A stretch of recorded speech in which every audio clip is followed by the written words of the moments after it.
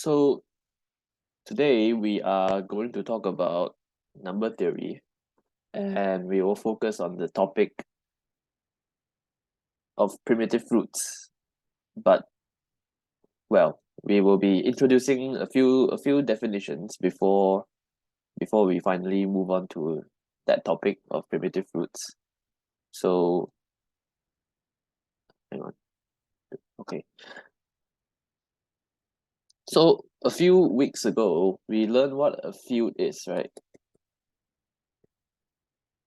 A field is a set where you can add stuff, multiply stuff, um, subtract stuff or divide stuff, except dividing by 0.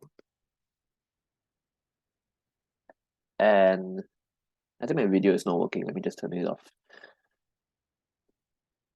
So under a field, there are, inside a field,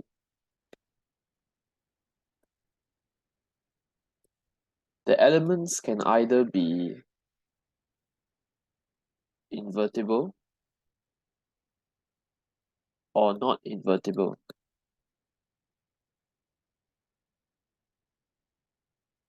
Okay. In fact, there's only one number that is not invertible, and which number is it inside a particular field? 1. 1? Is it 1? Or 0. yeah, 0, yeah. So 0 is not invertible, but everything else is invertible because we said we can divide things, right? We can divide A by B as long as B is not 0. So everything else is invertible. Okay. Now we're going to look at a more general set.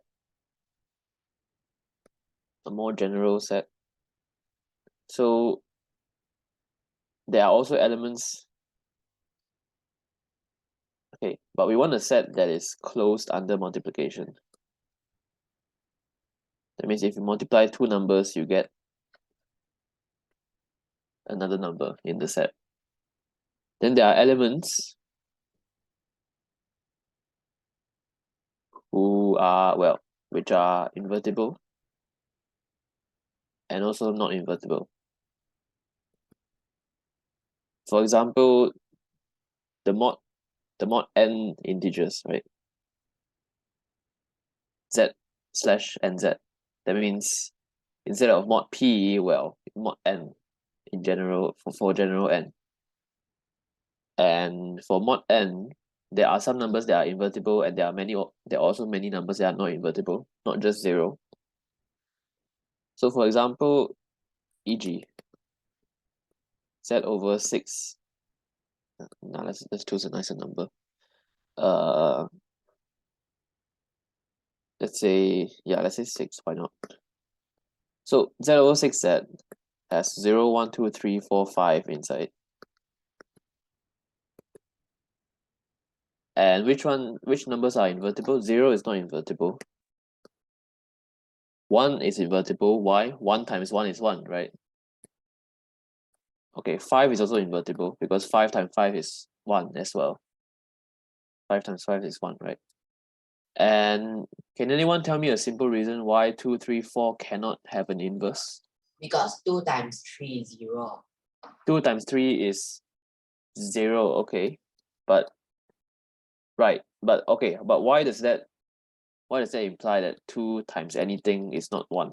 Because this is the final problem, right? 2 times 3 is 0, that's correct. And yeah, 2, 3, and 4 are not co-prime to 6. So whatever you multiply by 2, it must be a multiple of 2 when you're taking mod 6. And that can never be 1, right? Same thing for 3, same thing for 4. As long as it has a common factor with 6, then it is not invertible. You cannot multiply by any number to get 1. Okay, so this raises the question, for general n, which numbers are invertible? So now we've already ruled out, okay, so we have 0, 1, 2, blah, blah, blah, blah, blah, blah, blah, until n. So those that are not co-prime Well, they have a common factor with n. Those are all ruled out. How about the remaining candidates, those that are co-prime to n? Are all of them invertible?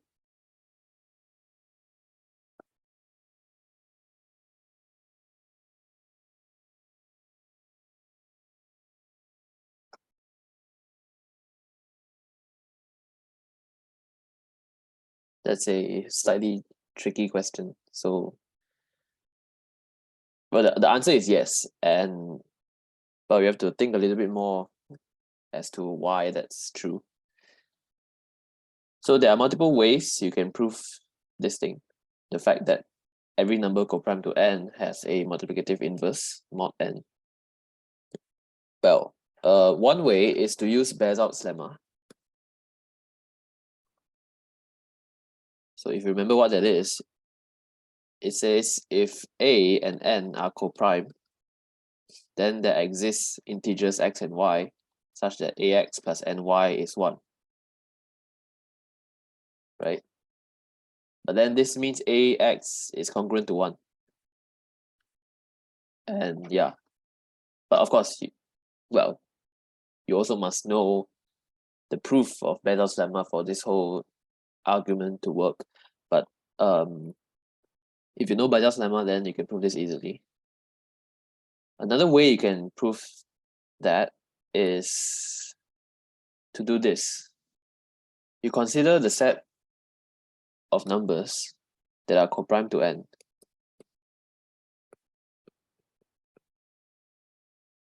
Okay, you consider a set of numbers that are co-prime to n.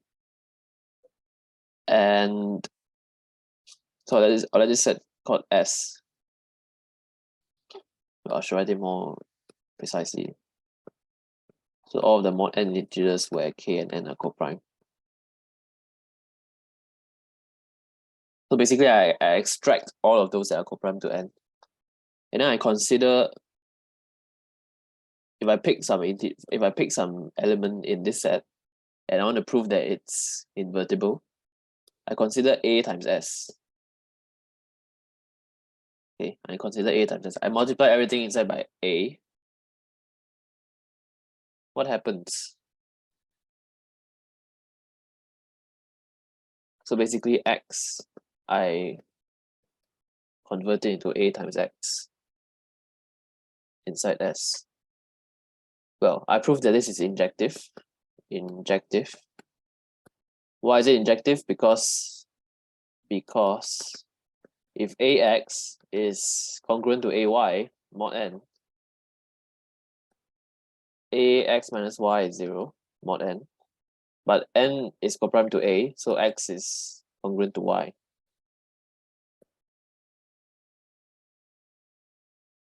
Right.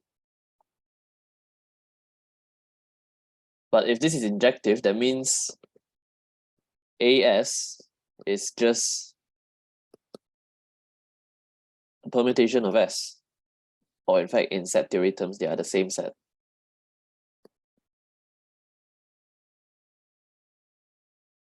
Because as and s have the same size, right? They are finite sets as well. So 1 is also inside as, and we're done. A times something, we don't know what, is equal to 1.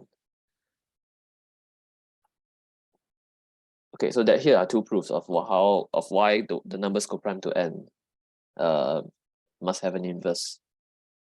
Okay, so but this is not a set. This is not a field. The mod n integers, it's not a field. We just have this very loose definition of being closed under multiplication. Again, there is a name for this sort of set, but I don't want to confuse anyone. But I'll just give it anyway. If you're interested, you can look it up.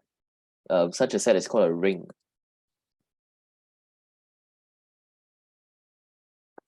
So Z over NZ is a ring. Well, every field is automatically a ring. And the set of integers is a ring. The set of polynomials is also a ring. Well, depending on what the coefficient set you want it to be. But okay, yeah, anyway, given such a set, given such a set S, define S and then subscript cross or subscript times or the or whatever multiplication symbol. So that's all of the numbers in S where S is invertible.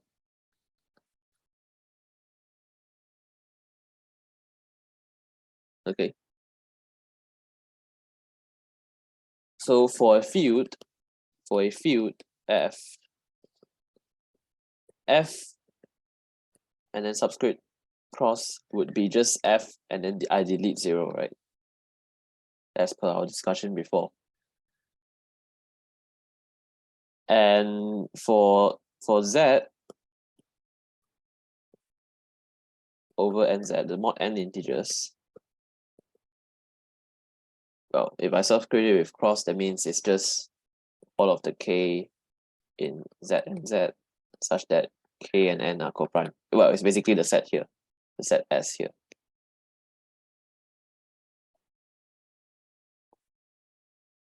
Okay, then can anyone tell me what this is?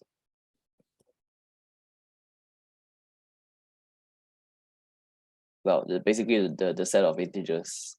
And then I look at those that are invertible. What's this set? Just as a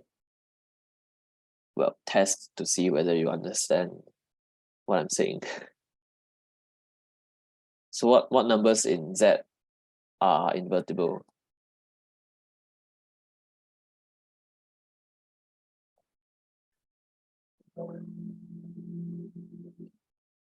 One and minus one. Yes. Yeah, correct. These are the only two numbers that are invertible, right? Okay. So for such a set, this is called the multiplicative group of S. Again, I will not delve into what a group is, but I'll just give it a name. It's called a multiplicative group. And the multiplicative group is nice because you can work around freely inside the multiplicative group by multiplying things, dividing things. There's no such thing as there's no such thing as exceptions for division anymore. Right? So like for this third case, which is the very sad, we have a very sad multiplicative group, very, very small. But you can see that you can work around like 1, how do you go to minus 1? I multiply by minus 1. And then if I divide by something, it also goes to another number. So you can work around freely inside a multiplicative group. Okay, so now we are going to focus on multiplicative groups that are commutative. That means AB is always equal to BA. Well, all of our examples here are all commutative anyway. So it doesn't really matter, but I just want to make it precise.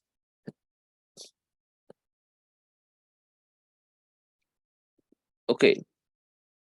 So our goal today is to show, one of our goals today is to show that the mod P integers multiplicative group is what we call cyclic, or you can say it's generated by one element. That is, I can write it as G squared, G cubed, and so on until GP minus 2. This is our goal for today. That means every single mod P integer from 1 to P minus 1, from 1 to P minus 1, there is one element G such that if you keep repeatedly taking powers of G, you get every single number from 1 to P minus 1. Such a G is called a primitive root. And so our goal is this. So to do this, we have to define a few things. So we say if X is inside a multiplicative group, I define the order of X. Some people write it like that, but whatever. We'll just put it like this. Define the order of x, the order of x to be the smallest integer, smallest positive integer, such that x to this number is equals to 1.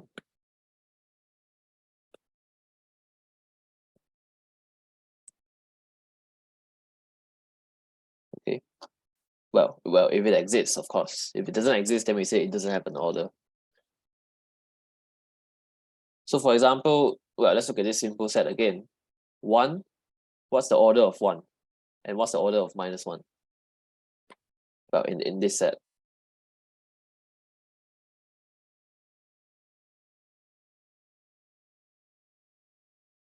Anyone? What's the order of 1? What's the order of -1?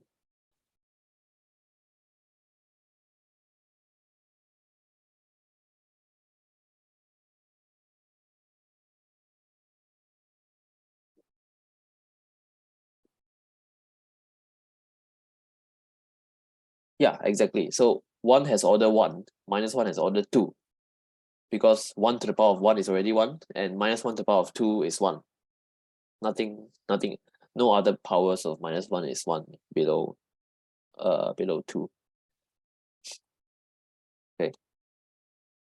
So let's look at a few other examples, such as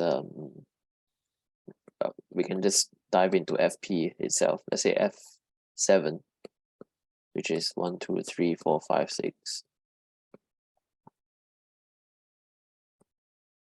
Okay. Well, again, normally I would draw the bar on top of the numbers to signify it's not an integer but a mod p integer. But I'm gonna do some abuse of notation here, so I will not draw the line if the context is clear. Wait, why must 1 have order 1 and -1 have order 2 instead of 1 have order 2 and -1 having order 1? Well, okay, okay, so there are two parts of your question. So, but basically, why is the order of 1 1 and why is the order of -1 2? So, well, so first of all, why cannot the order of 1 be 2? Well, we know 1 square is also 1. But we define here to the order to be the smallest positive integer. The smallest positive integer. And 1 squared equals 1, that's true, but 1 to the power of 1 is also 1. That's the smallest positive integer you can go.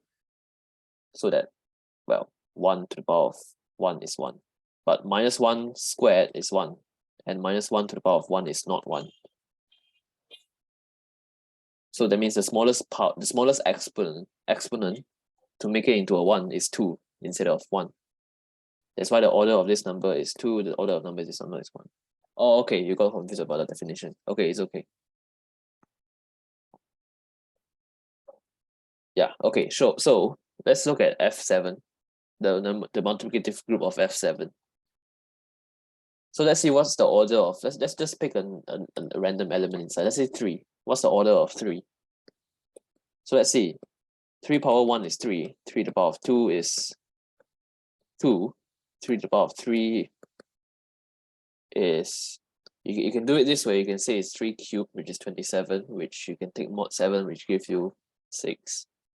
Or you can just say that 3 cubed is just 2 times 3, because 3 squared is 2. So that means it's also 6. 3 to the power of 4 is 4. 3 to the power of 5 is 3 to the power of 5 is 12. It's also 5. And 3 to the power of 6 is 1. So what's the order of 3? It's 6. Okay. So order of 3 in FP or in F7 is 6. So in fact, coincidentally, I've chosen a primitive root. As you can see, 3 to the power of 1, 3 to the power of 2, 3 to the power of 3, and so on. They generate the whole set. 1, 2, 3, 4, 5, 6 are all here.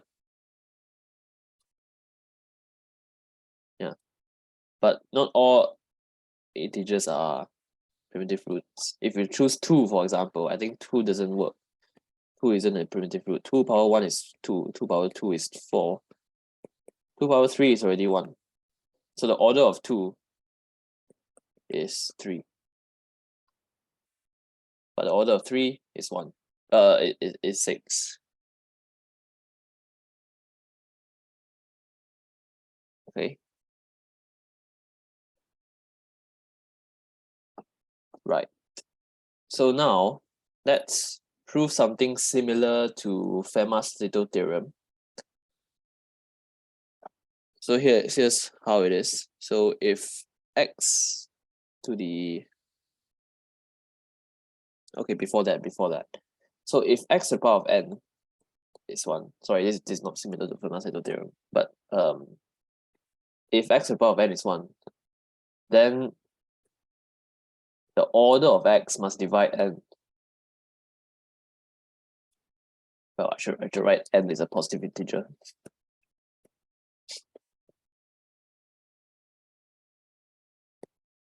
So why is this true?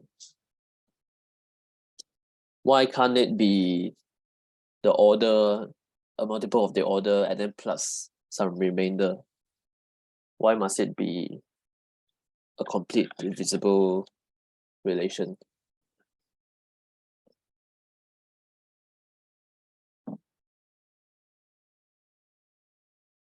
So this is our first thing to think about.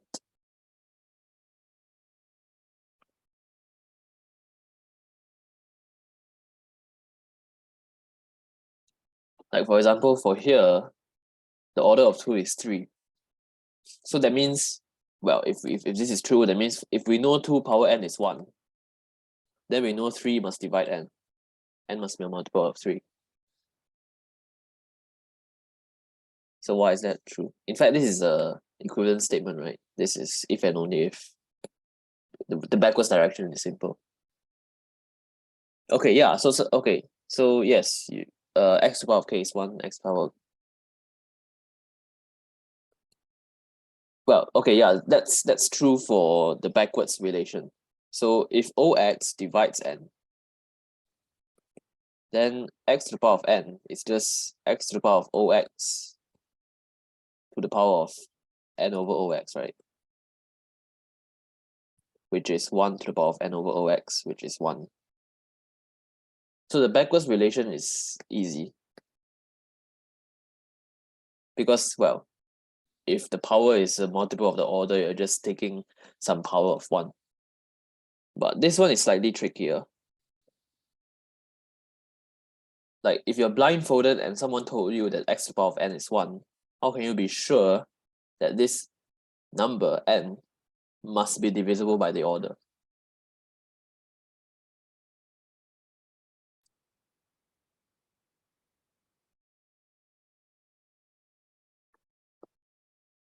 So take note that this only works where I choose the order here.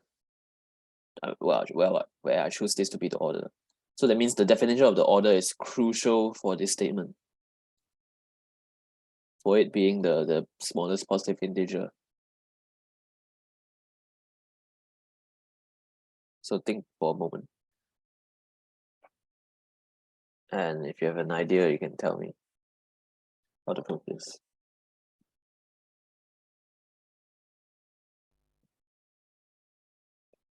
So I can give you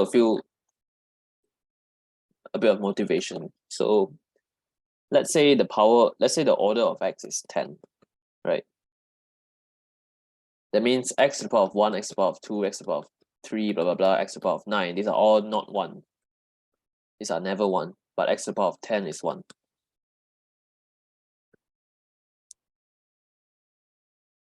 So now you know that if the power is a multiple of 10, then it must be 1. X to the power of 20 is 1, x to the power of 30 is 1, x to the power of 40 is 1. But why can't x to the power of, say, 26 be 1? What would that imply?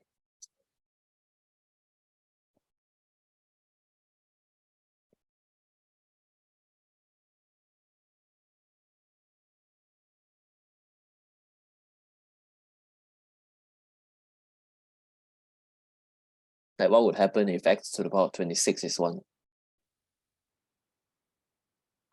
What contradiction will there be?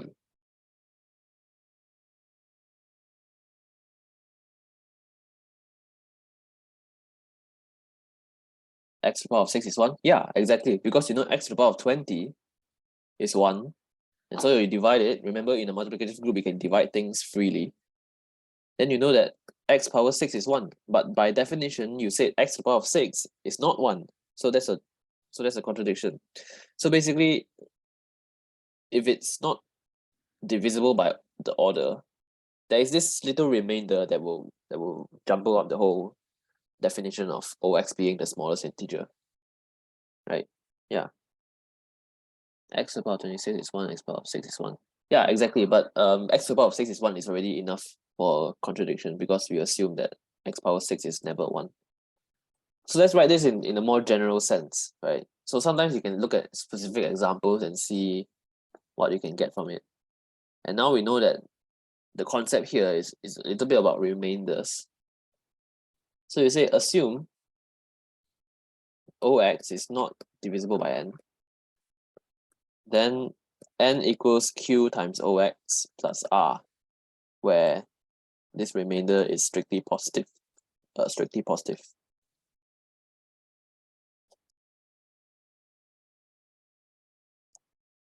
So x to the power of QOX plus r is 1. Implies 1 to the power of q times x to the power of r is 1. Implies x to the power of 1, x to the power of r is 1. Yeah, many of you have seen the proof before already, but yeah, it's very similar. So this is a contradiction.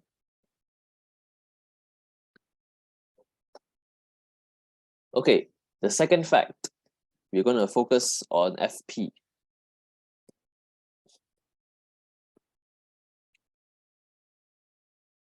So,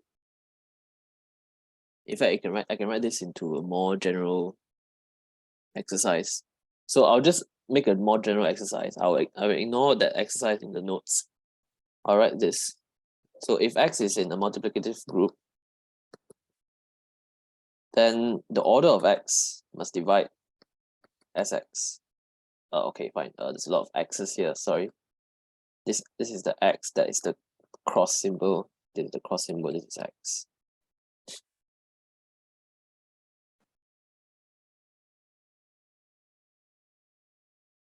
Yeah. Okay. So how do you prove this? So the order of x must divide the size of the group. Yeah, the multiplicative group.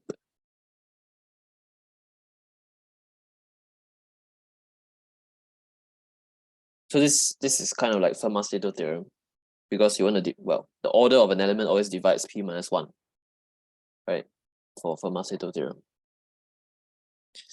And p minus 1 is the size of fp, well, subscript cross, right?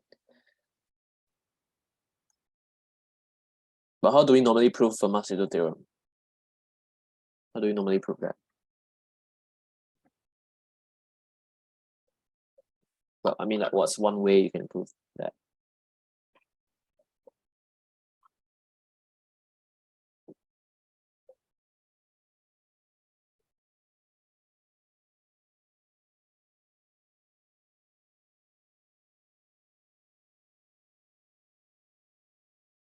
But I'm not sure if you remember, but one of the most common ways to prove that is to multiply every element inside by a and prove that it's a permutation, and then you can just take the product of all of the elements, right?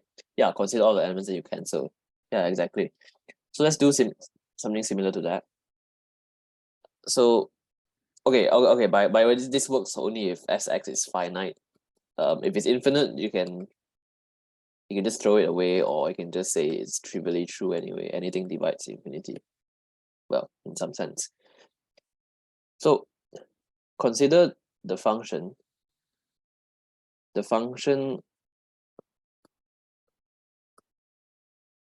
well, sx to itself and x goes to ax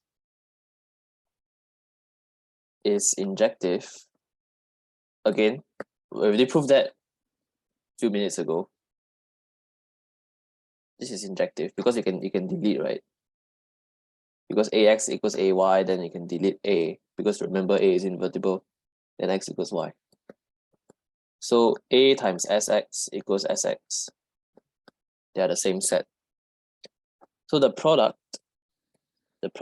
of everything in this is equals to the product of everything in sx. That means a to the power of sx times the product equals the product. That means a to the power of sx equals 1, and then you use the previous theorem. So the previous statement says ox must divide sx. This is assuming a is an element of. Yeah. Actually, I was doing this. Yeah, it was a bit confusing. Sorry, because this x is a general x. It's a description of the function. Yeah. So again, what was I doing? So yeah, this thing.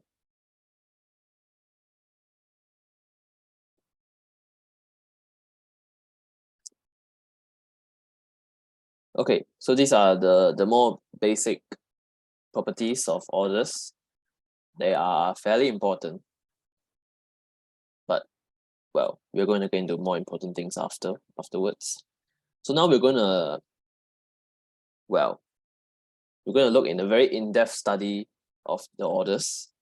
So basically, if something has an order 10, another thing has an order 2, what are the possible orders that you can find in that same group? So proposition 1.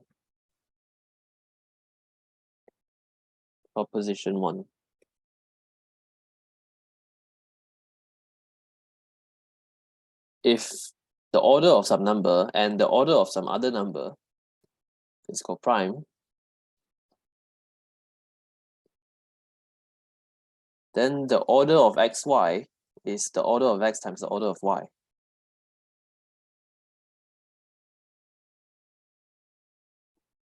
Yeah, let me just write this into one line. It's a bit untidy. So this works only when the orders are called prime, yeah. It won't work if you're having orders that has a common factor. So how do you prove this? So first of all, we see that xy to the power of ox oy. Well, you can multiply the powers into it, and you immediately see that this is 1, right?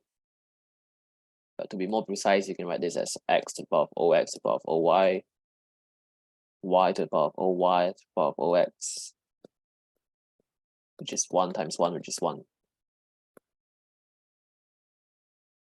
Okay, so that means the order of xy divides ox oy. But we need to do the other direction, right? So how do we do the other direction? We can say that xy to the power of oxy, well, first of all, this is equals to 1. That means x to the power of oxy is equals to y to the power of o minus oxy,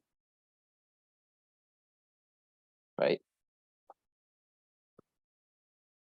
You can raise both sides to the power of oy, or maybe ox if you want.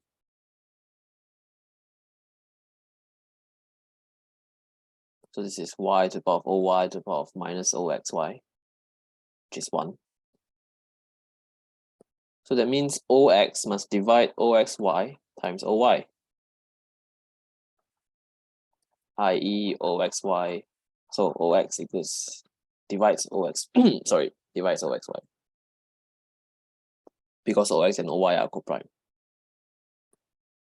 Similarly, OY divides OXY, hence OXOY divides OXY, because again, OX and OY are coprime. So both directions we have proven, and therefore they are exactly equal.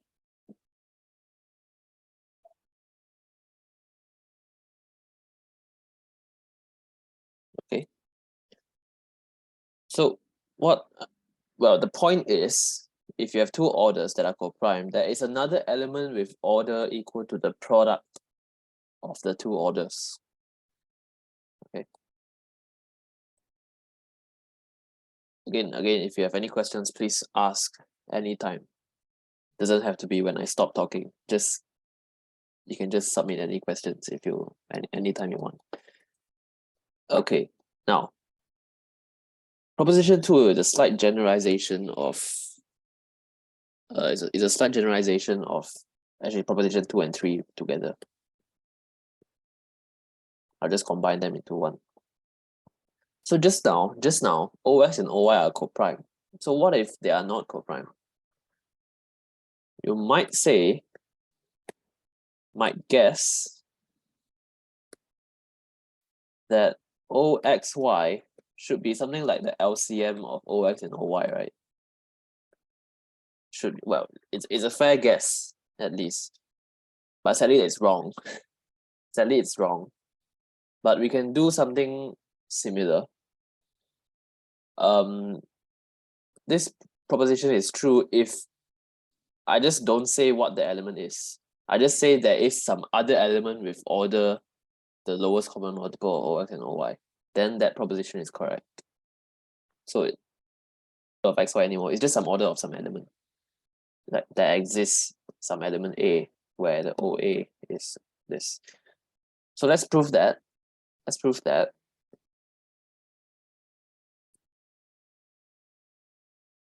So you go to proposition 2 first, because that will help us prove proposition 3. Given any factor of an order, let's say n, there exists y such that the order of y is n.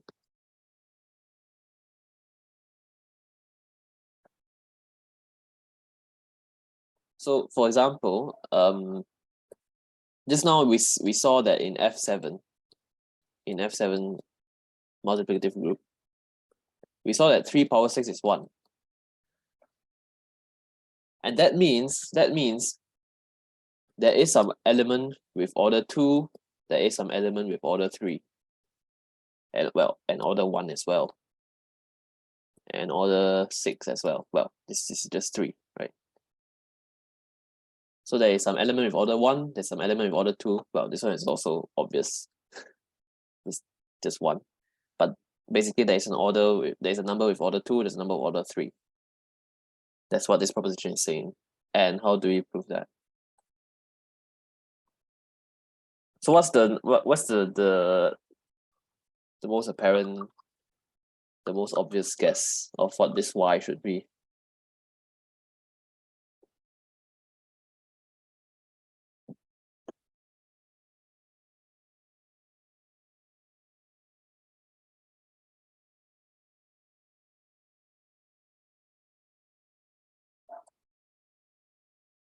Like we know x to the power of OX is 1. And we know n divides OX.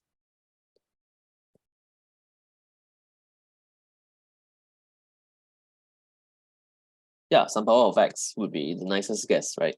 Like here, 3 power 6 is 1. I can just say 3 power 3 squared is 1. And 3 power 2 squared is 1. Of course, that doesn't guarantee it's the order, but at least we're going somewhere.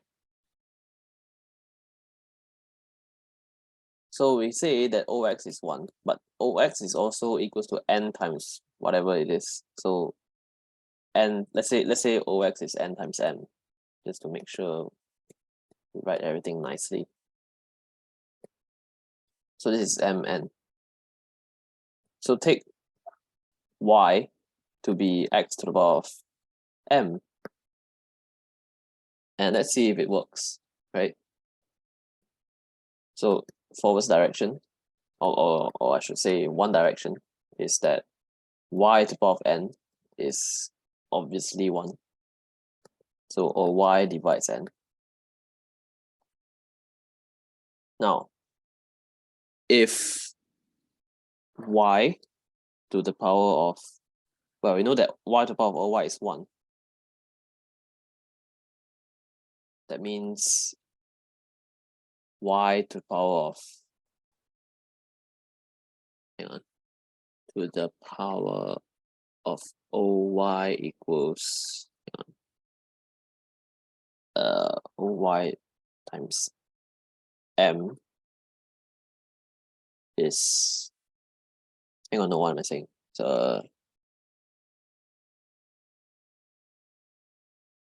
okay, no, yeah, so y is x to the m, so x to the m or y is 1.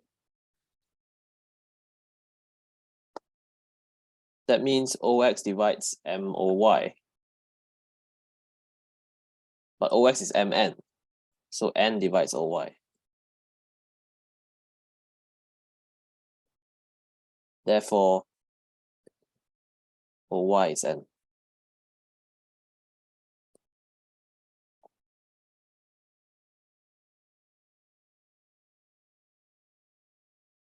Okay. So that means if we know that 12 is an order, for example, that all of its factors are orders, which is quite nice. So 1, 2, 3, 4, 6, 12, they are all orders of some other, or maybe itself, element. So slowly you can see that we can generate a lot of orders from now.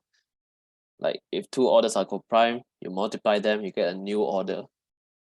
If you really know some order, all of its factors are orders. So proposition 3 will take this step even further. Proposition 3 will take this step even further.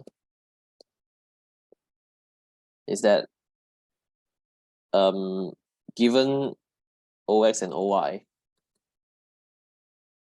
there exists some element z such that oz is the LCM of ox and oy. So basically, if 2 orders, given any 2 orders, and we don't care if it's coprime anymore, its lowest common multiple is also some order of some other element. Okay, given proposition 1 and 2, anyone has any idea how to construct such a z?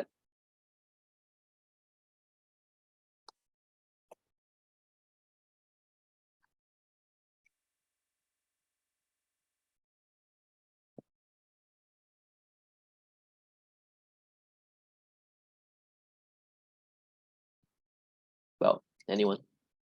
I'll give you a hint. The trick is to, divide ox and oy. We get some factor of ox, we get some factor of oy. Like we extract some factor of ox and some factor of oy, which are coprime. But its product is also the LCM of ox and oy.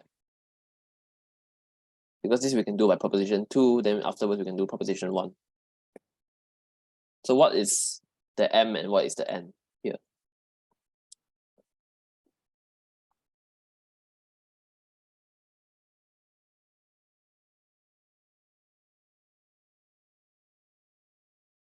Okay, let me give you an example. LCM and GCD, they're not necessarily coprime, right? They're not necessarily coprime, the LCM and GCD. But yeah, it's something to do with the prime powers. So let's say OX is 2 power, 29, 3 power 10, 5 power 0, 7 power 11, 9, what's the next one? 11 power 2. So maybe something like that.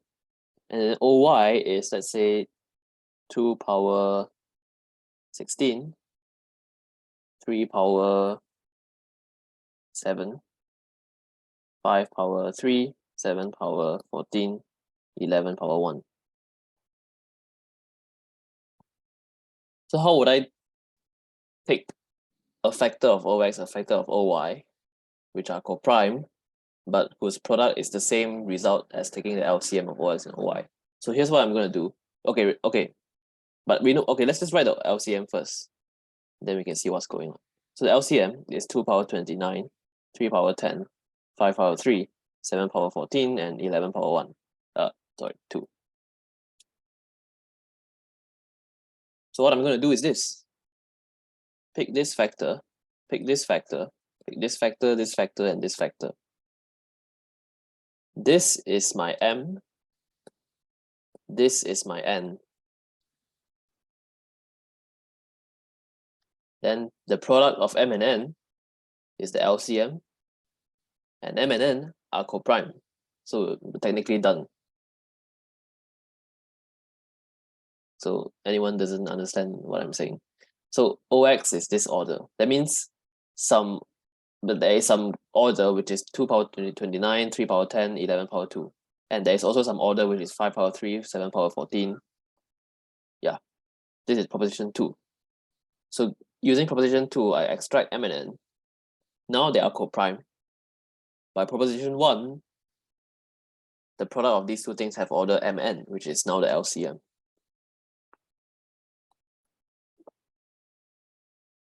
Okay. So, well, from this proof, we can already learn a lot of techniques, which is quite nice. So that's why we like to read proofs, because sometimes it gives us some nice tricks. Okay, so yeah, that's basically the whole proof. I probably don't have to continue writing anymore. Okay, so what's the conclusion? Conclusion.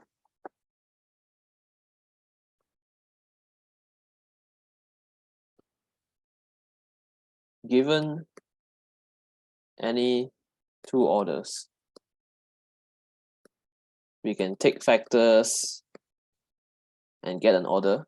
We can take LCM to get another order. So boom, we have a lot of orders now, which is quite weird because the set is finite, right? So we cannot have too many orders. But given any small orders, we can build up more and more orders.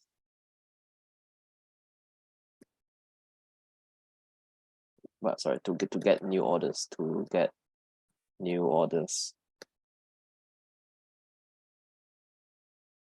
Okay, so a result of this is that there exists what we call a universal order. A universal order.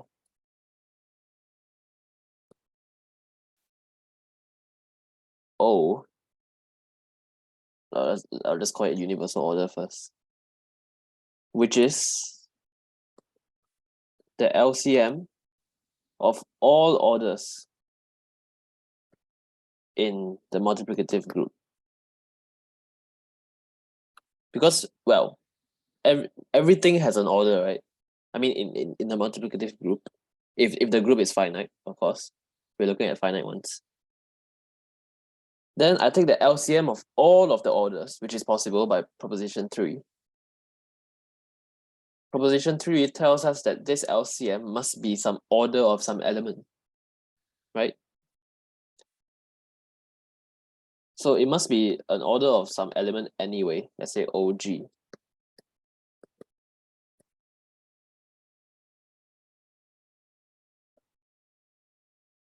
Okay, so that means every single number divides OG. This is a universal order. I think it's connected in some way with Carmichael's theorem, but we're not talking about that today.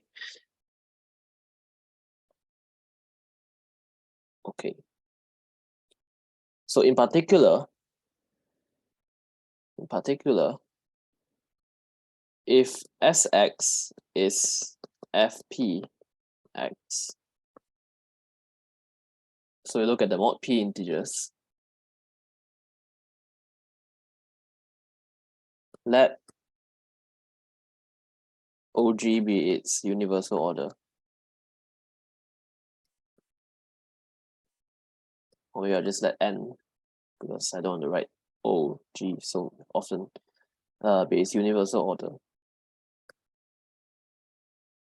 Okay, but universal order means, by the very first exercise of our lecture, that x to the power of n is 1 for all x, right? For all x in FP.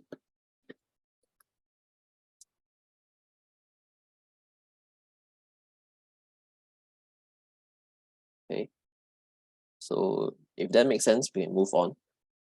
X power n is 1 for all x in FP. But remember, maybe not but, just remember, n must divide p minus 1, because that's the size of the whole group. However, x to the power of n minus 1 has p minus 1 roots.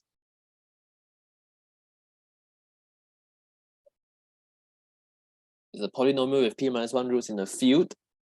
Remember, that's in a field, if a polynomial has p minus 1 roots, then the degree must be at least that number.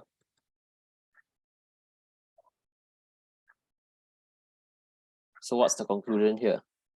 N divides p minus 1, n must be at least p minus 1. That means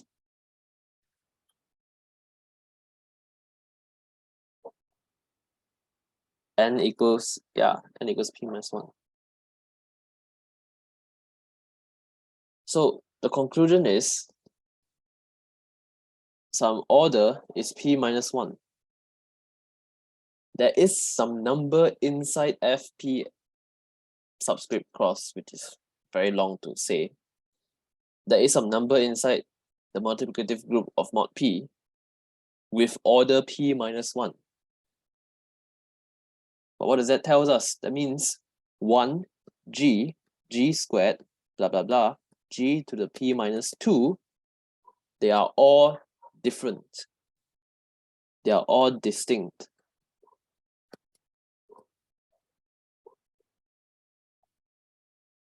And that means it must be the whole group, because there's exactly p minus 1 elements there. So after all of this, we just proved that there exists a primitive root, mod P. So that's kind of like the climax of this chapter. It just goes downhill from now. Okay.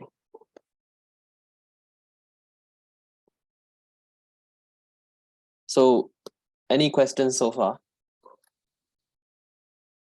Any questions so far?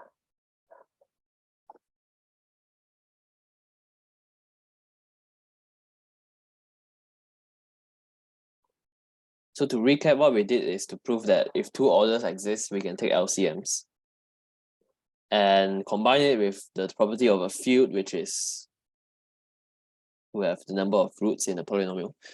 You can conclude that FPX, well, the multiplicative group mod P is what we call a cyclic group. You just have to generate it with one single element. So 2, it must be some kind of g power something, and 3 is g power something. 4 is well, you get the idea. Okay, but what's nice about such a concept, having a primitive root? The key thing is that you can now multiply elements much, well, and not to say easier, but in great detail. Like if you multiply 2 elements, you can just keep track of the powers. You can just keep track of the powers when you multiply numbers. Of course, primitive roots are not very useful when it deals with addition. Like if g power 1 plus g power 2, can you find what power of g that is? That's not a very nice thing to study when we are talking about addition. using primitive roots. But probably there might be an Olympiad problem that looks like that. I don't know. But it's much easier when you see when you talk about multiplication. So now let's see. What's the consequences of a primitive root? Well, one of the consequences at least. So how about 1 times 2 times 3 times 4 ... p minus 1. This is Wilson's theorem, right? This should be minus 1 mod p. That's not in the notes, I think, but yeah. Wilson's theorem. But how can you prove that? Using just p minus 1 factorial is a bit weird, right? To find p minus 1 factorial. But if we use primitive roots, it will be easy because this is just g power 1, g power 2, g power 3, blah blah blah, g power p minus 1. Yeah. Well, you can say 1 is either 1 g power 0 or g power p minus 1, doesn't matter. Of course, this is not in order. This is not in order, but we know it's the same set. And let's see what this is. This is just g to the power of p times p minus 1 over 2. And p minus 1 over 2 is an integer. And so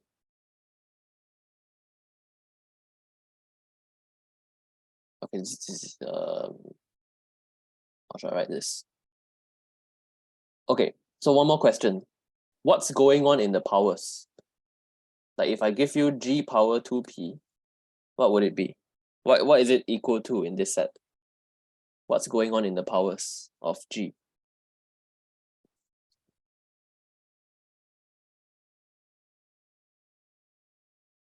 Like how do we know g power 2p is what? G power what? If I want to force the power to be between 1 and p minus 1.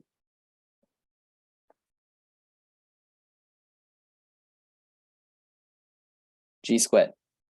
Let's see. G power, yeah, g squared, right? So how did you transform 2p into g squared? Minus p, well, p minus 1, I think you mean. Yeah, you mod p minus 1, exactly. So it's a bit different. It's a bit different here. The powers are mod p minus 1 instead of mod p. The powers, well, I should say exponents, are mod p minus 1. So what's this thing mod p minus 1? P times p minus 1 over 2 mod p minus 1. Let's just assume p is odd. Assume p is odd. What's this number mod p minus 1?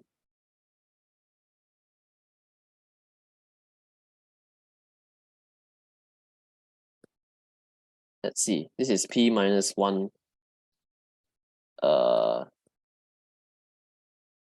Should be p minus 1 over 2, right? Right. Because we know this is p minus 1 times p minus 1 over 2 plus p minus 1 over 2. And then this is the multiple of p minus 1. So this is equal to that. But what's this? What's this? Now the question is, what's this?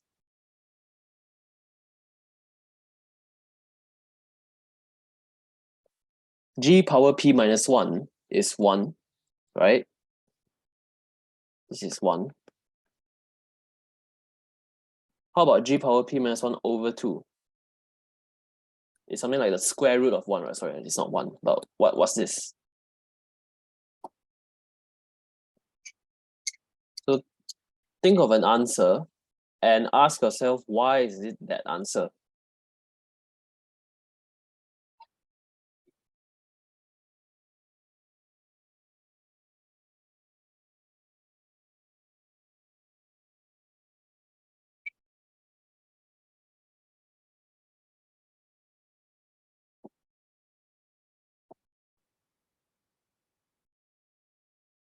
Anyone has any idea? Oh, I mean by Wilson's theorem, you know the answer is minus 1. But why is it minus 1?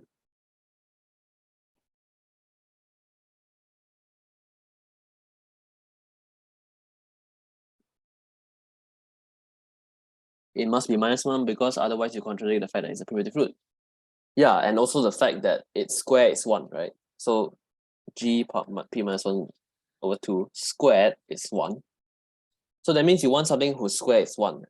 And to solve x squared minus 1, to solve x squared equals 1, it's either x minus 1, x plus 1 equals 0, mod p, and hence x equals 1 or x equals -1. Can it be 1? It cannot be 1, otherwise g wouldn't be a primitive root in the first place. That means there's only one candidate for this number, and that's -1. Must be -1. So remember, it's a mod p -1 kind of group in some sense.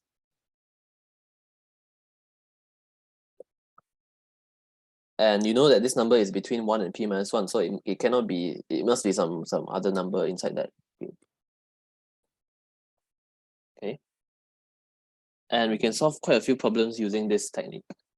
For example, how many what we call quadratic residues are there?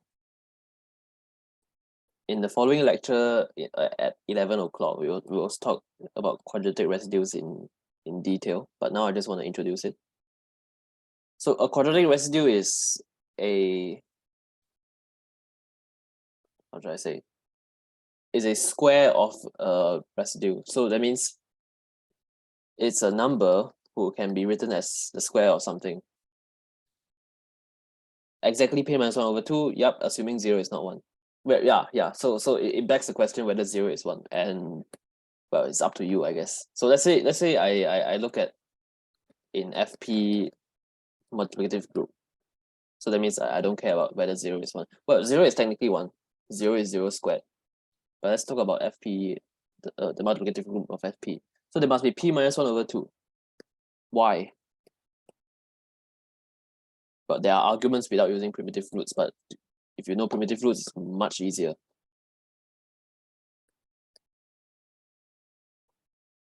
So why are there p -1 over 2 quadratic residues?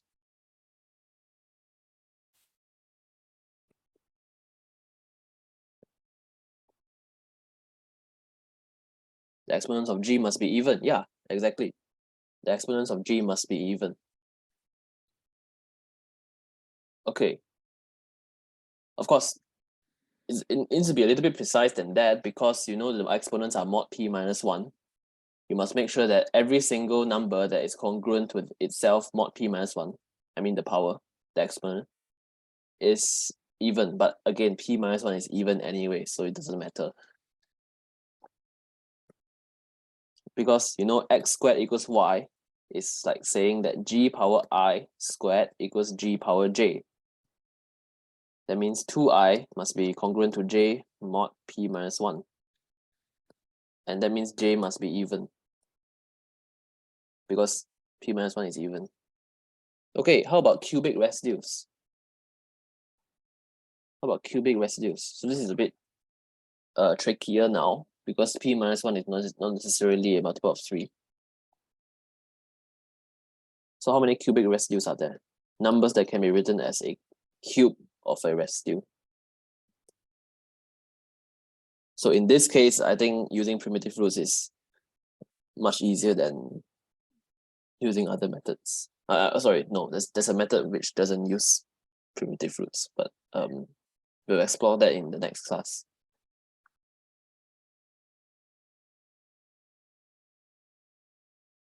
So yeah, what's a criteria for cubic residues? How many are there?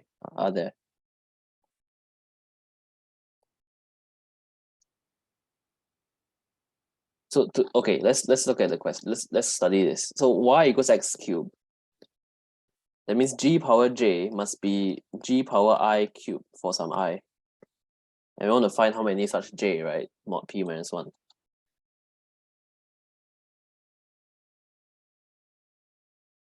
Well, or 3 power 3i. So j and 3i must be congruent.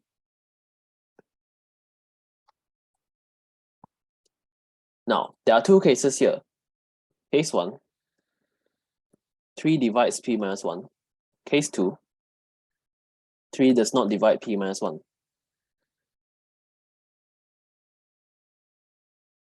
If it does, that means j must be a multiple of 3, right? And those are the only candidates. So how many are there? If 3 divides p minus 1, we need the number of positive integers that are multiples of 3 from 1 to p minus 1. Yeah, exactly, p minus 1 over 3. So there are p minus 1 over 3 cubic residues. But how about when 3 does not divide p minus 1?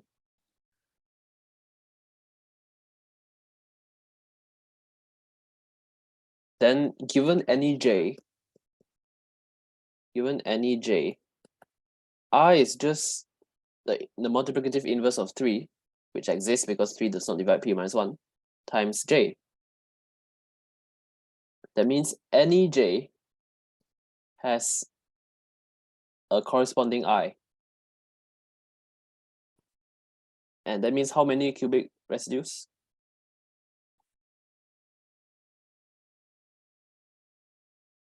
P minus 1, exactly. So all of them are, well, all of them are cubic residues if p minus 1 isn't a multiple of 3. And you can go on and find some other criteria by yourself for quartic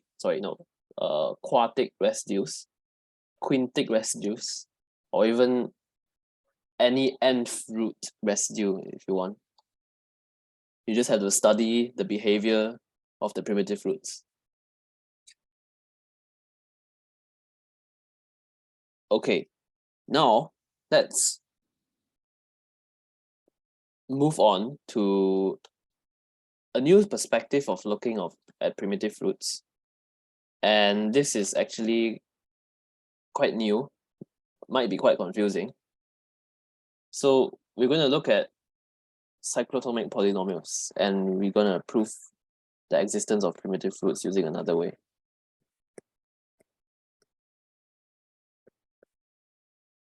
So if you want, you can actually start from scratch again.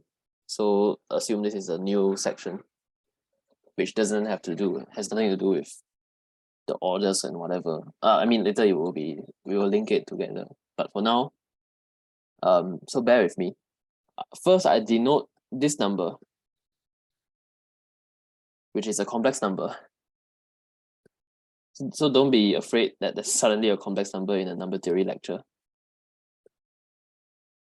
Later you see what happens. So this, I would denote it to be, this one, zeta n. So the principal nth root of unity. So in the complex plane, it will be like that, right?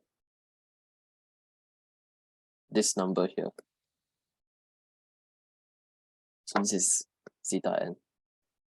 And the nth roots of unity are basically all of the powers of zeta n, right? So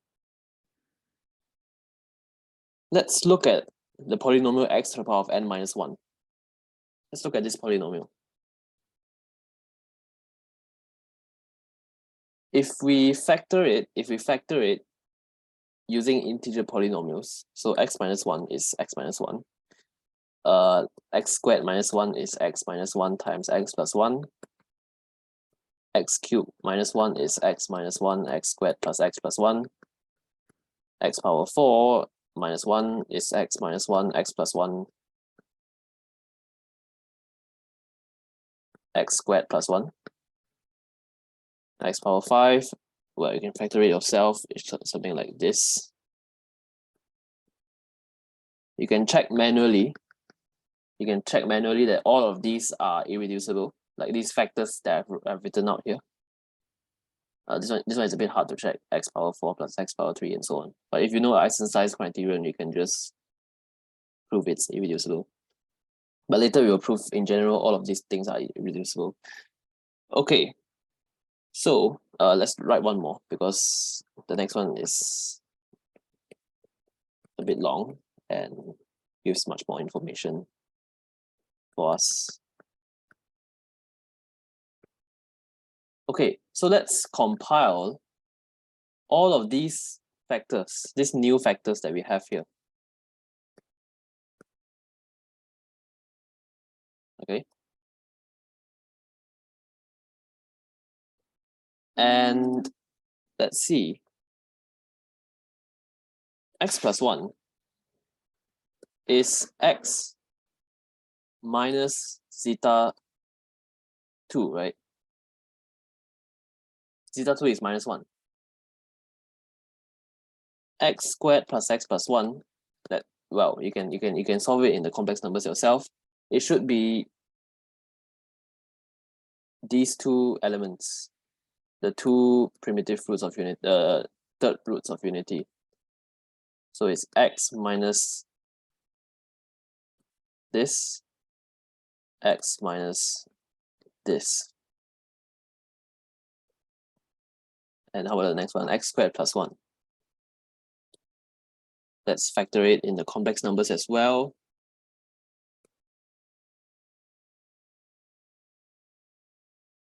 So 4. Well, it's just I and minus I, right, for complex numbers. So that will be this and the third root of that. Okay, this one, but for primes is the easiest one, right?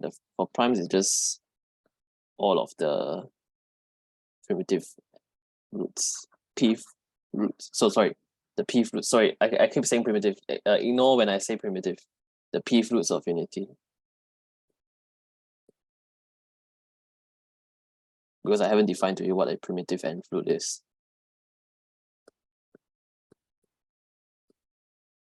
So this thing. Okay, and there's this new one here which didn't appear in any of the previous ones. Let's do that as well. Apparently that's the sixth root of unity and the fifth power of the sixth root of unity. So basically this one and this one. Okay, there seems to be some pattern. There seems to be some pattern. Can anyone tell me the pattern is without looking at the notes? Like if we see, if it's 2 is just 1, if it's 3 is 1 and 2, if it's 4 is 1 and 3, if it's 5 is 1, 2, 3, 4, if it's 6 is 1 and 5. Yeah, exactly. It's about co-prime numbers. And yes, this family of polynomials, we call them cyclotomic polynomials.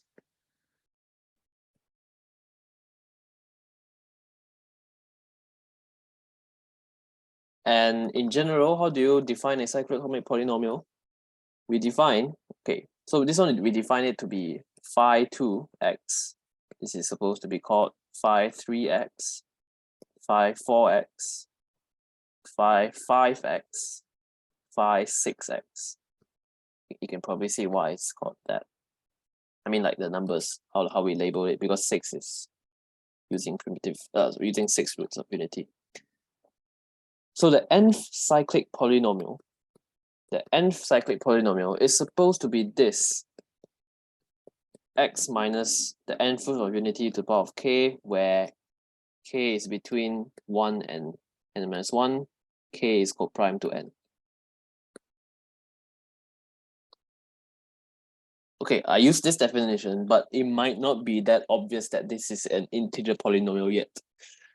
Right? We look at the first 6 cases, but how do we know for sure for the next 1000 cases is always an integer polynomial? But in fact, if you think about it further, you can probably think of a proof, because you're kind of factoring x power n minus 1, right? In the end, it's just adding new factors. But anyway, let's just prove this thing in general. So let's ignore that this is whether or not this is an integer polynomial yet. You just prove this first proposition first. X to the n minus 1. It is actually the product of all cyclotomic polynomials where the index is a factor of n. So why is that true? Why is that true? Why? So first exercise, why? It actually follows very, very nicely from how you define, well, it's co-prime, right? K and n. But what are all of the roots of x power n minus 1? What are all of the roots of x power n minus 1?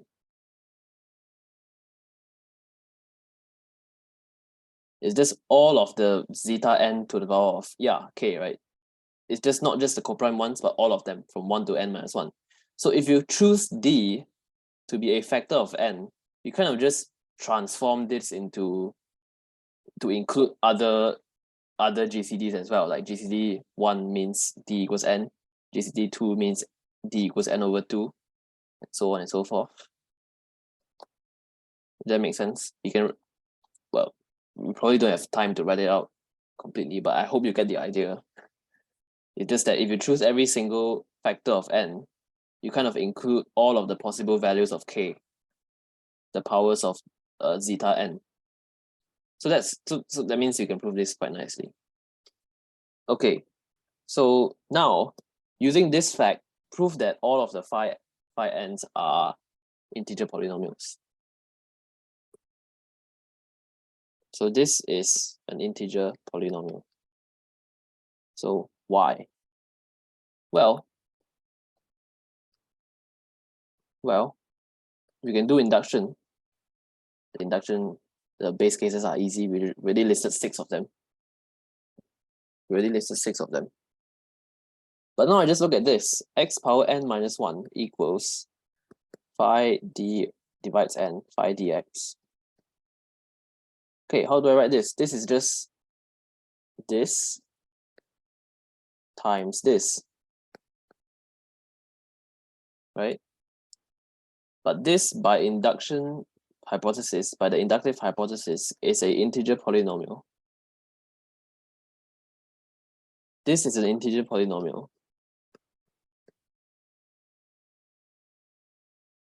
Okay, and we probably probably don't have time to prove it now. But if you divide an integer polynomial by another integer polynomial, actually no, it follows quite easily. Well, because this is a monic integer polynomial. This is a monic integer polynomial. If it's a monic integer polynomial, I mean, this one doesn't have to be. As long as this one is monic, the leading coefficient is 1. This one must be in ZX if it divides it. It cannot be QX, because you might wonder if there are some rational coefficients, right? But they must all be Z if this is monic. You can think about it how you do the long division thing. If the quotient is monic, you can always choose an integer at the top. Yeah, so that means phi n is always an integer polynomial. Okay. Now, the third one is the hardest one, but it's a very nice result. And even I don't really remember it all the time, but it's basically that phi n x is irreducible in Z. So it's like the more general case of Einstein's criterion, because remember Einstein's criterion is to look at x power p minus 1 plus until x power 0. But that's actually phi p of x. So this is irreducible. And the solution involves a little bit of FP. If you remember how it works last class. In fact, let's see if we have time. 9:20. Yeah, we probably have time. So let's quickly prove this. But I'll just prove this very briefly. For the whole detailed proof, you can look at the notes. So assume phi nx equals fg. Well, I can say phi n equals fg. F times g. And let's say f is irreducible. Basically just extract an irreducible factor. So these are all integer polynomials, by the way. So the lemma here is to prove that as long as p divides n, p does not divide n, then for all fz equals to 0, we have fz to the power of p is also equal to 0.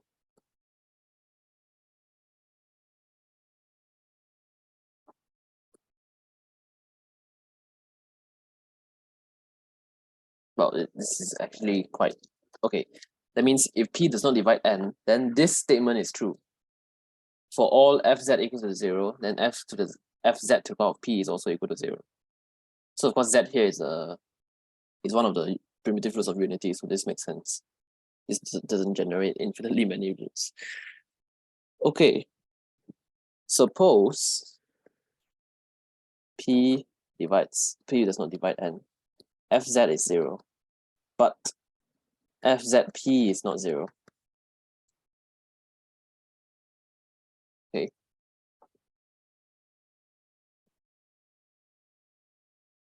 Then since 0, which is phi n zp, so think of this. Why is this true? Remember that p does not divide n.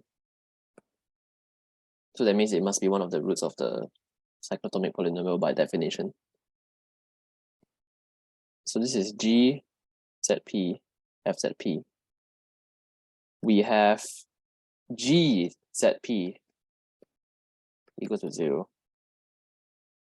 So if fzp is not 0, then g in turn must be 0. So z is a root of the new polynomial g x to the power of p. Okay. But remember, f is irreducible. And fz is 0. So fz must divide, fx must divide gxp. So as polynomials, not as numbers. This is a property of irreducible polynomials. Because if it's not, we can take, you can eventually prove that f is reducible. Okay. Now I reduce mod p.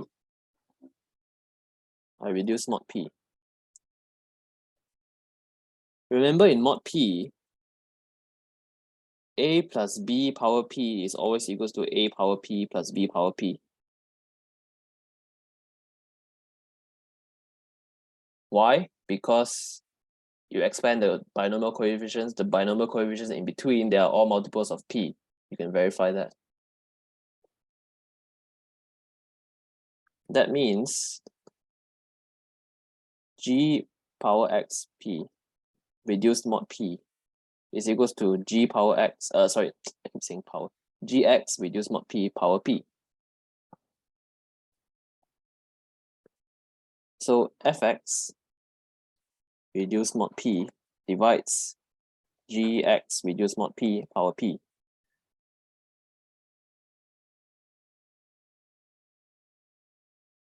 And that means f and g are not coprime. Well, has a common factor.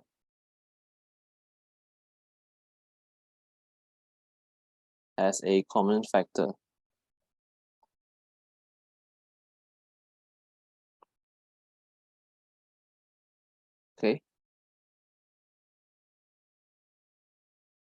And that means phi of nx has a double root. Because we know phi nx is completely split into linear factors, right? So the only case where it has two identical common factors inside, a repeated factor inside, is to have a double root or repeated root, repeated root. But the derivative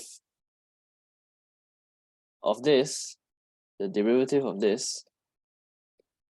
well, what's phi n? Phi n hang on, no.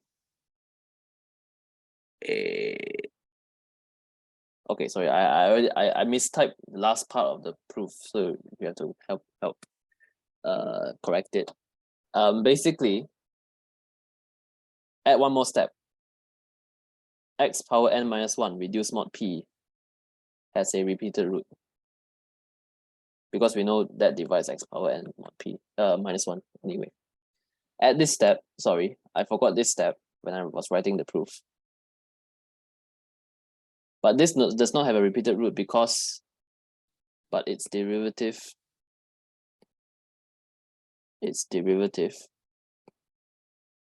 n power x power n minus 1 is not 0.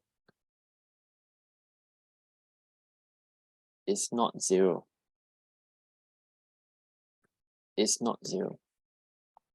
That means it cannot have a repeated prediction. Note that the fact of p not dividing n is crucial here, because if p divides n, this thing mod p is actually 0, because n is divisible by p. But anyway, we made a contradiction, and therefore, whenever fz is 0, fz power p is always equals to 0. Well, that actually proves the theorem. Why? That means fz equals to 0 implies fz to the power of k, any k is 0, where k is coprime to n.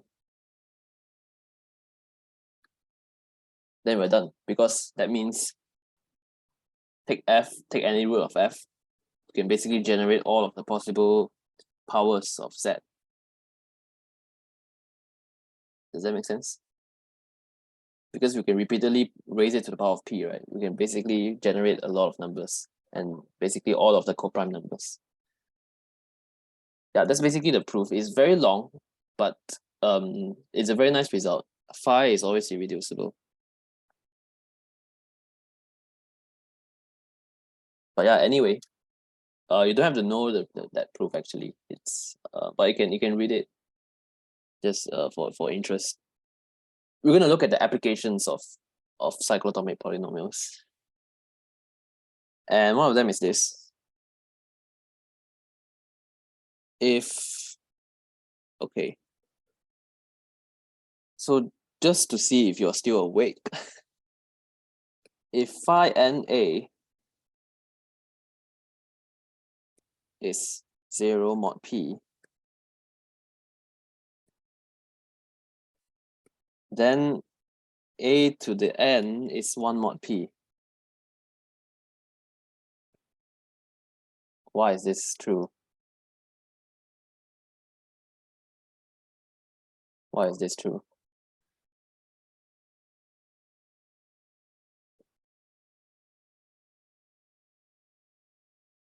What is a cyclotomic polynomial? And how does this relate to this?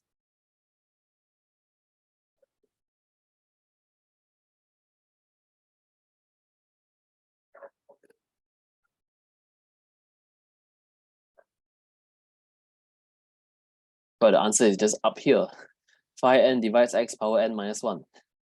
Therefore, if phi n a is 0, that means a power n minus 1 is 0, and therefore a power n is 1 mod p. Okay, this doesn't tell us much. This is just restating the definition of a cyclotomic polynomial.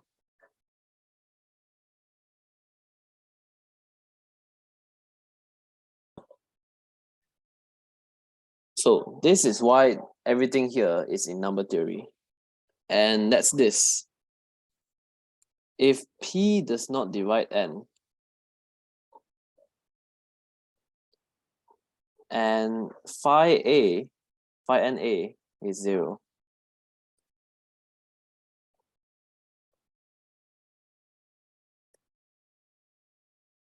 then the order of a mod p is n.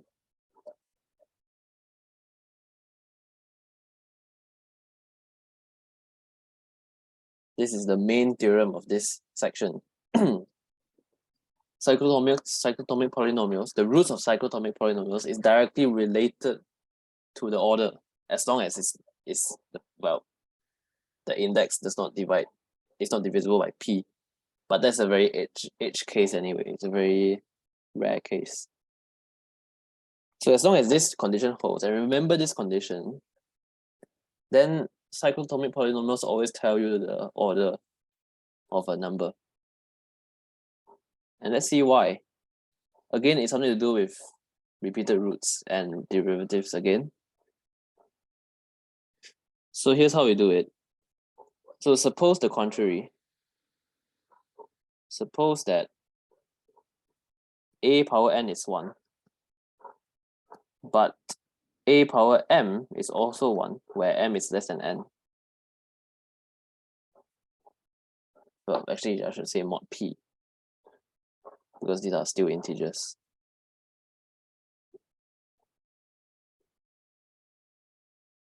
That means what should I say? That means, well, we can assume m divides n, right? We can assume m divides n, because if it's not, we can take the GCD of the powers of the exponents. We can assume m divides n. That means phi na and phi ma, they are all 0 mod p. And why is that a contradiction? That tells us that x power n minus 1 has a repeated root.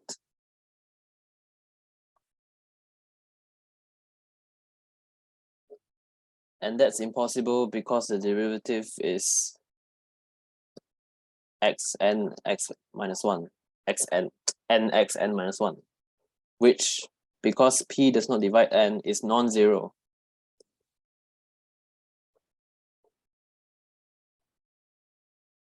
P does not divide n, so it's non-zero. Derivative non-zero, can I repeat the root? That means m must be equal to n. Okay. Okay. So let's see. So if minus 1 is a quadratic residue mod p, is a quadratic residue mod p. This is just an example. Then p is either 2 or 4k plus 1. So why is that true? Well, assume p is odd, of course. Otherwise, well, it makes things much easier. Just assume p is odd. If x squared is minus 1 mod p, that means x power 4 is 1 mod p. And we don't need this, sorry. We don't need this. We just say that x squared plus 1 is 0 mod p.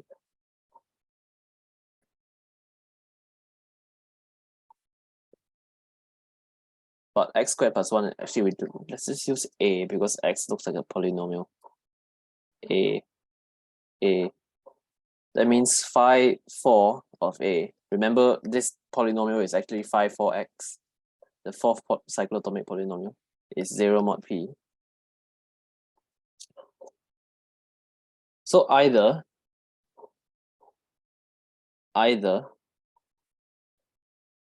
p divides 4, or 4 is the order of a.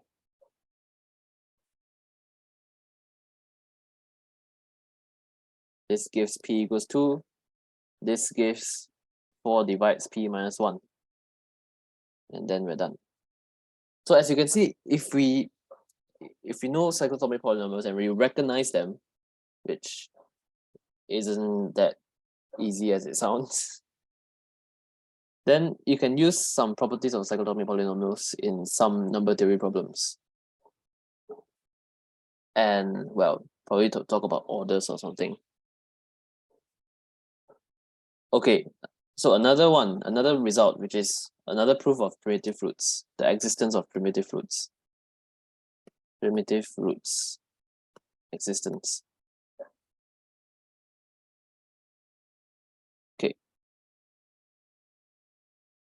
So to prove that there exists a primitive root, we have to prove that there exists some order that is p minus 1, right? We have to prove that there is an order that which is p minus 1. Okay. Okay, so let's consider this polynomial. Let's consider this polynomial, which divides x to the p minus 1 minus 1. So basically, if this has a root, we are done.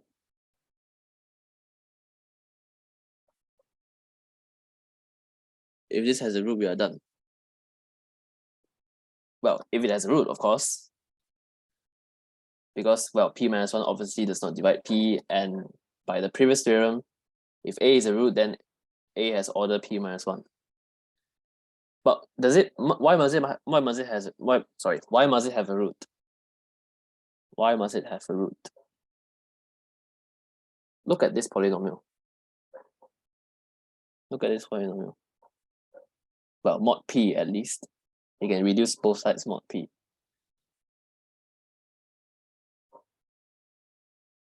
Yeah, so I should say root mod p. Sorry. What's this? What's this thing mod p? X to the p minus 1 minus 1.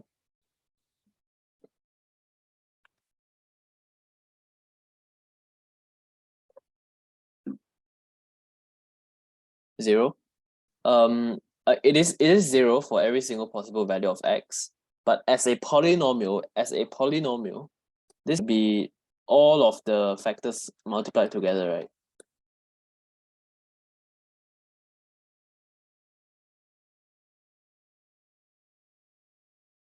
Because everything is a root, and therefore these factors must divide it. And then you compare degrees, you can say they are equal mod p. Well, of course, mod p.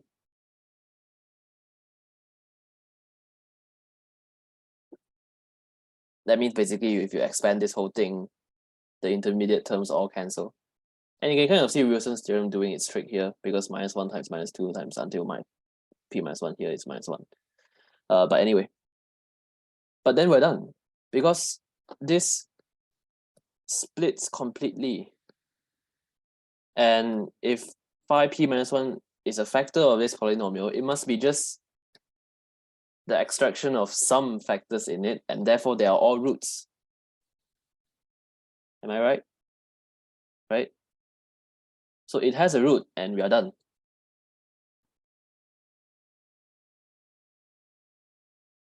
Okay, so this also tells us how many primitive roots there are. This also tells us how many primitive roots there are. Because we know that all the primitive roots must be the roots of phi p minus 1.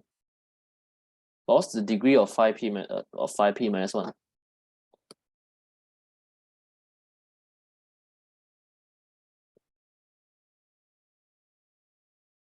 Remember how many first phi p minus 1, well, phi n in general has? What's the degree of phi n? It's called phi for a reason, the polynomial.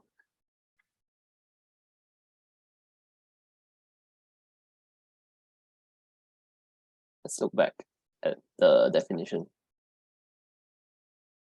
So this is the definition of a cyclotomic polynomial. How many factors are there? In fact, this should be n, because, well, we have to include the case n equals 1. What's the degree of this polynomial?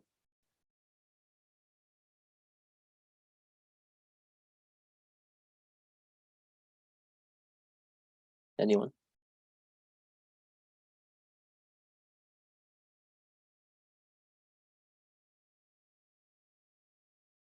Like, how many k's are there? k is between 1 and n, and k is co-prime to n. Right, wait, somebody said something I didn't hear. Computer's crashing.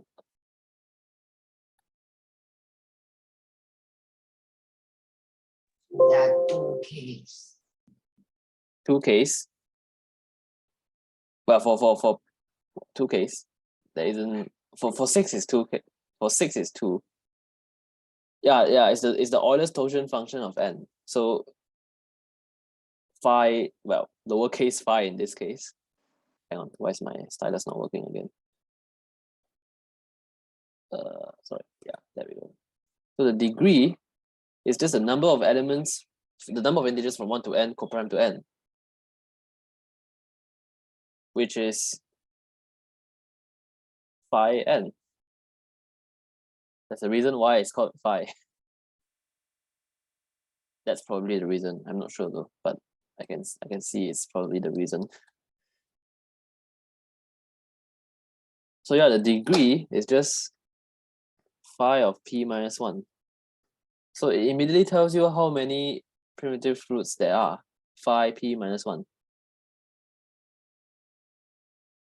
Of course, this can have a lot of possibilities because it's not phi p. Phi p is p minus 1. That one we know.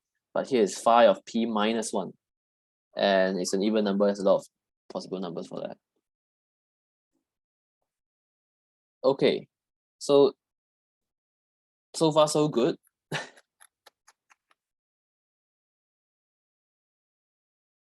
So we looked at two perspectives in this lecture about primitive roots. One is from the perspective of analyzing the orders and how they interact with each other.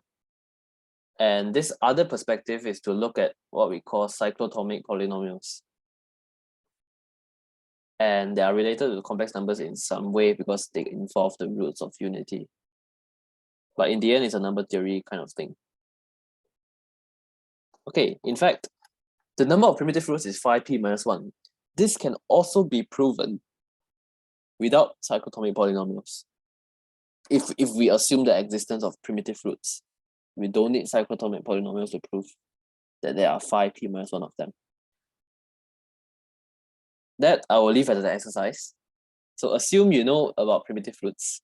Can you use a primitive root to generate another primitive root? That's the question. And to that question, you can answer how many primitive roots there are.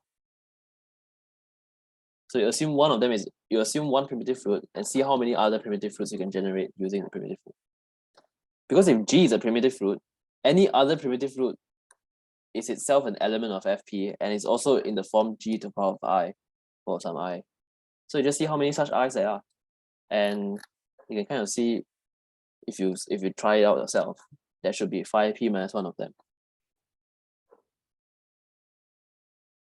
So that's a exercise in the last, well, the exercise section, of course.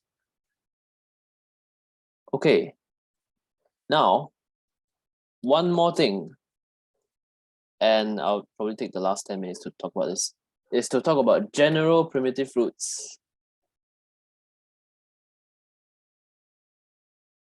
General primitive roots. So we're not going to just look at FP. We're going to look at all of them. I mean, like Z and Z, and then multiplicative group. Because just now it was n equals p. The prime case is fun, it's nice, but now we're going to look at for general mod n instead of mod p. In fact, the unfortunate thing is that not all n gives a primitive root. In fact, most of them don't. The theorem here is this.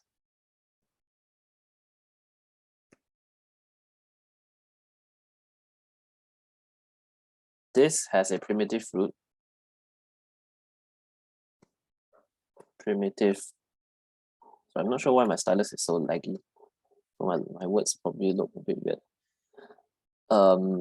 As a primitive root, if and only if But fortunately, we know which n has, well, which n gives a primitive root.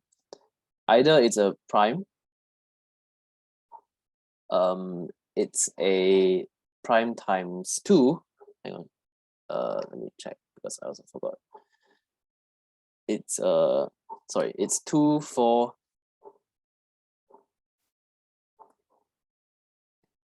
p power k, or 2p power k, where p is an odd prime and k is any positive integer. So these are all of the possible numbers. And it's actually not hard to prove. It's a very bashy thing to do. Actually not very bashy, but the key thing is that you can go from p to p squared and so on. So let's talk about the vague idea of how to the vague idea of how to prove this. So it's basically like if G is a primitive root mod P, if G is a primitive root mod P,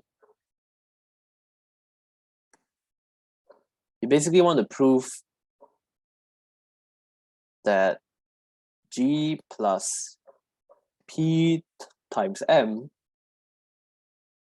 is a primitive root of P squared for some M, and you choose M wisely. So what do I mean by choose M wisely? Remember how this thing is always equals to G power K plus binomial theorem. The next term is K times G power K minus 1 times PM. But binomial theorem, the next few terms are all multiples of P squared, and hence we ignore them. So you use this fact, and if G is a primitive root, that means G power 1, G power 2, G power 3, and so on should be the whole set. And here we just have to make sure that K equals 1, K equals 2, 3, and so on until P squared minus P. Is it P squared minus P, or is it P squared minus P minus 1? What's the size of? Yeah, it's P squared minus P. Just make sure this whole thing spans the whole group, right? Because there are always P squared minus P integers that are coprime to P squared. And there is some M that accomplishes this. There is some M that accomplishes this. So find that M. In fact, I can just find it for you now. So you just have to make sure that P squared minus P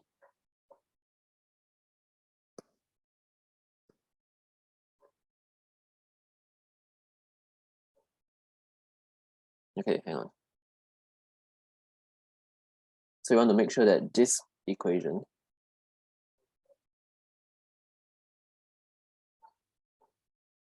is 1 mod P squared if and only if P squared minus P divides K. And if we choose M nicely, we can accomplish this result. So let's see how we can do this.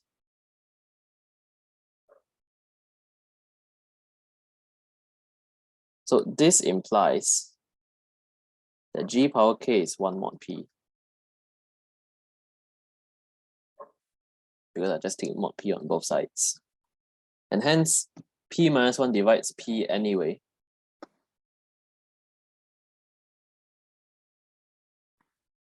Sorry, divides K anyway. And so,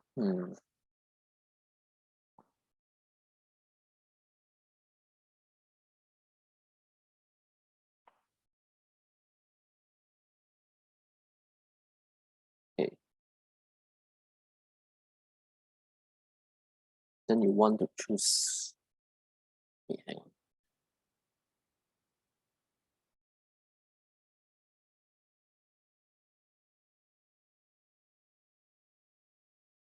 So K is 1. K is 0. Sorry, no. P minus 1. 2 times P minus 1. And so on.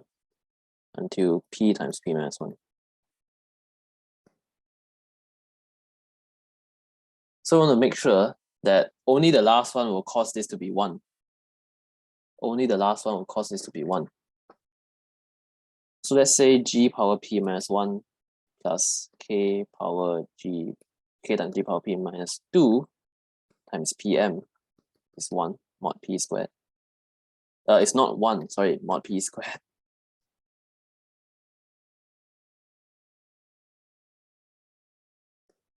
And M would be not equal to, yes, okay, sorry.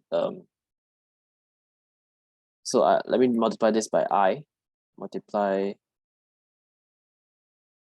this by I minus 1. So this cannot be true for all I from 1 to P minus 1. So yeah, we're getting there. So M cannot be this number. 1 minus G to P minus 1 times I over,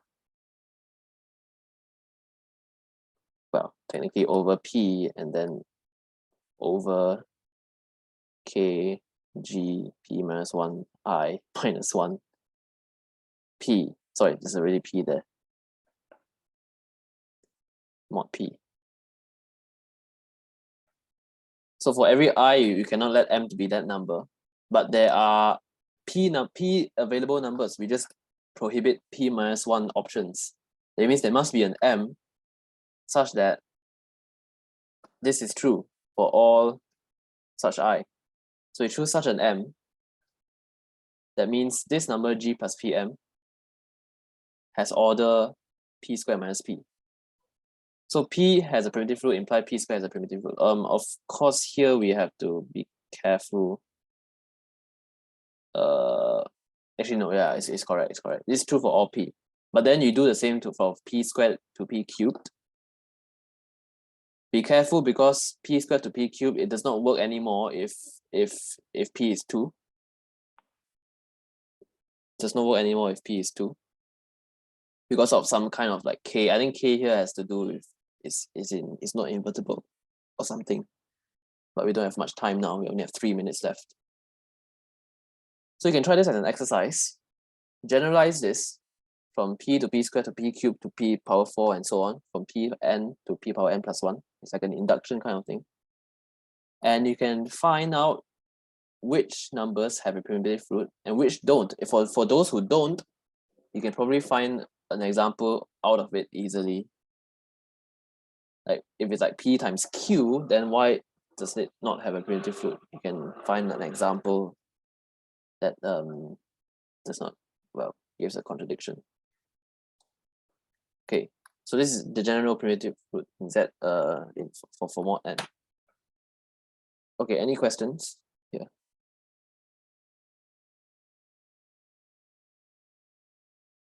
Any questions?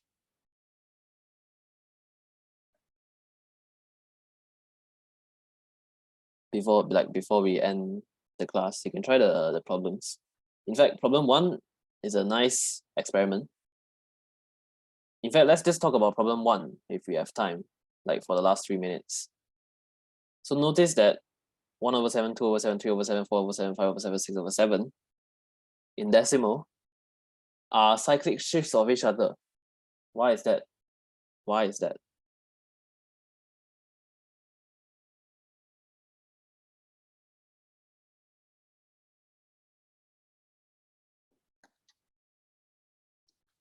So why is that true?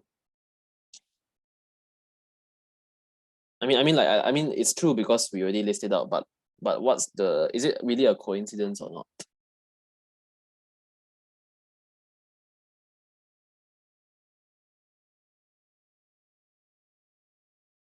Anyone wants to guess why Like, what's the main reason of why 1/7 has this cyclic shift property?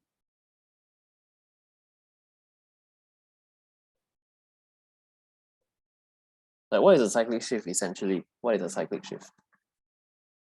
It's multiplying by a power of 10, right? Because we work in a base 10 system. So a cyclic shift is multiplying by a power of 10.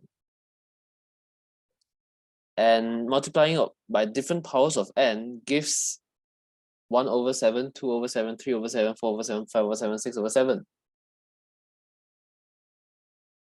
So what's the property of 10 under mod 7? 10 is apparently a primitive root mod 7.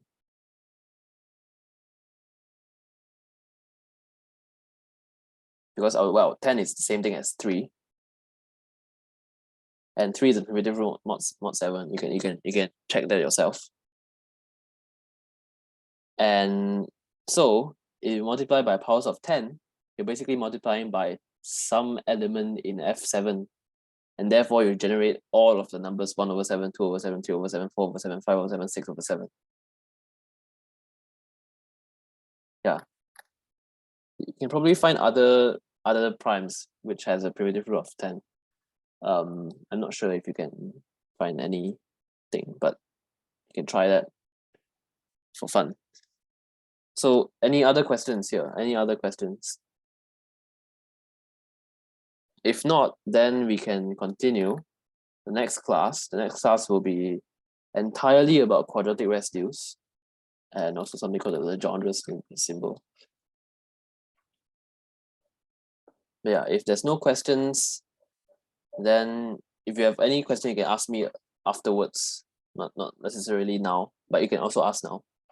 If not, I'll see you guys 1 hour later, I guess. So goodbye.